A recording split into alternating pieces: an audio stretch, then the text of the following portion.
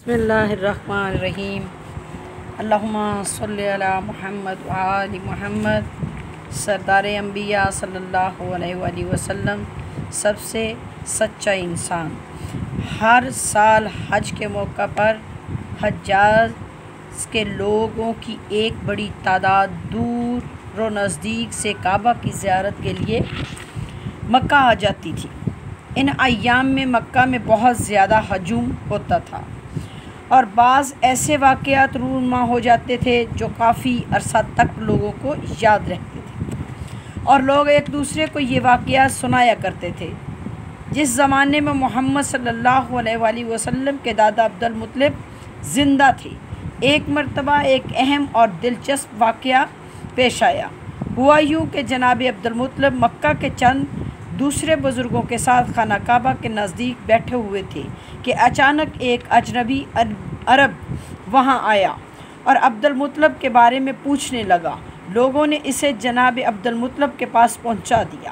اس نے آتے ہی جناب عبد المطلب کو سلام کیا اور بولا، میں ایک مسافر ہوں اور بہت دور سے خانہ کعبہ کی زیارت کے لیے یہاں پہنچا ہوں، لیکن آج ہی میرے پیسے جس تھیلی میں تھے وہ گم ہو گئی ہے، شاید کسی نے نکال لی ہے۔ اب میں سفر میں کیا کھاؤں گا اور واپس اپنے گھر کیسے جاؤں گا؟ آپ مکہ کے بزرگ ہیں، آپ بتائیں میں کیا کروں؟